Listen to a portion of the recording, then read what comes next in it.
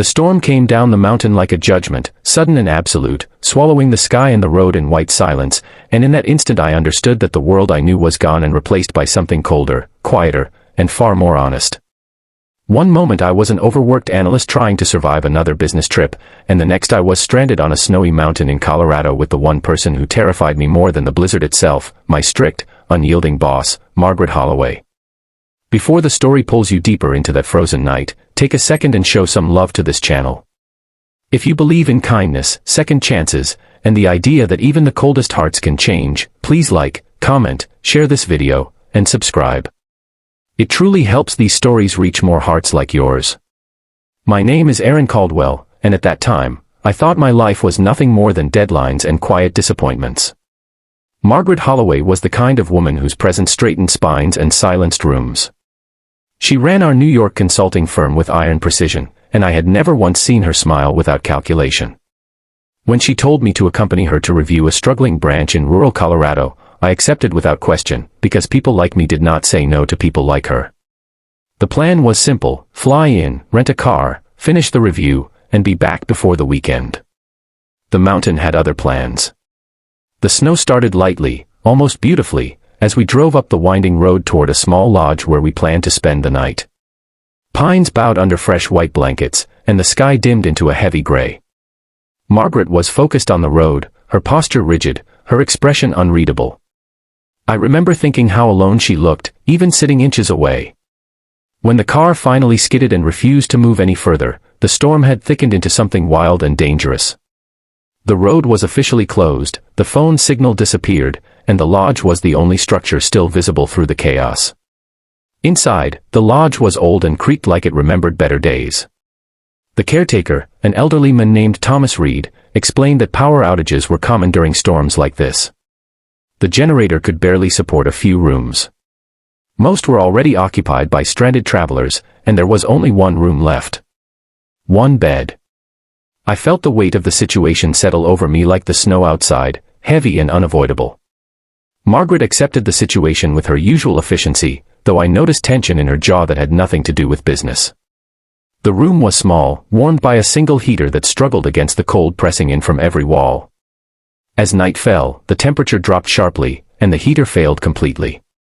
The silence that followed was unnerving, broken only by the howl of wind against the windows.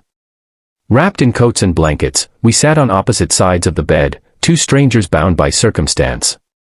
Margaret, who always had an answer, finally acknowledged what we both knew in careful, measured words, explaining that sharing the bed was the only way to conserve warmth through the night. Fear has a way of leveling people.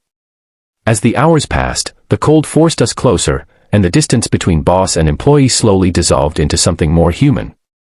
I noticed how tired she looked, how the sharp lines of authority softened when exhaustion took over. Margaret spoke, not with commands, but with reflection, sharing pieces of her life without drama or self-pity.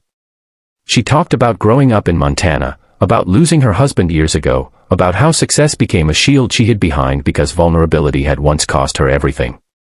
I shared my own quiet failures, the dreams I had set aside to be practical, the constant feeling of being unseen. The storm outside raged on, but inside that small room, something fragile and warm began to exist. It wasn't romance in the dramatic sense, it was recognition. Two people finally seen without titles or expectations. I realized then that her strictness was not cruelty but armor, forged from loss and loneliness. Sometime before dawn, the storm began to weaken. Pale light crept through the frost-covered window, and with it came an overwhelming sense of calm. We had survived the night, not just physically, but emotionally. When help finally arrived later that morning and the roads reopened, we left the lodge changed in ways neither of us could fully explain. The mountain had taken something from us, but it had also given something back.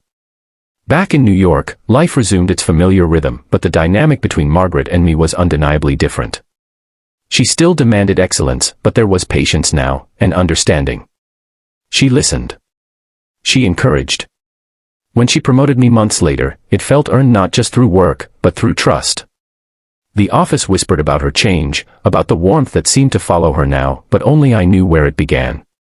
Years later, I often think about that snowy mountain and the night that stripped away everything superficial. Margaret and I never spoke openly about it again, yet it lived quietly between us, a shared reminder that even the harshest storms can reveal the truest parts of who we are.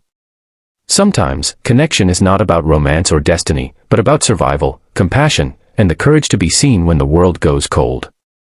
If this story has reached something tender inside you, if it reminded you that hearts can change even in the most unlikely places, please take a moment now to like, share, and engage with this video. Your support keeps stories like this alive and reaching others who may need them.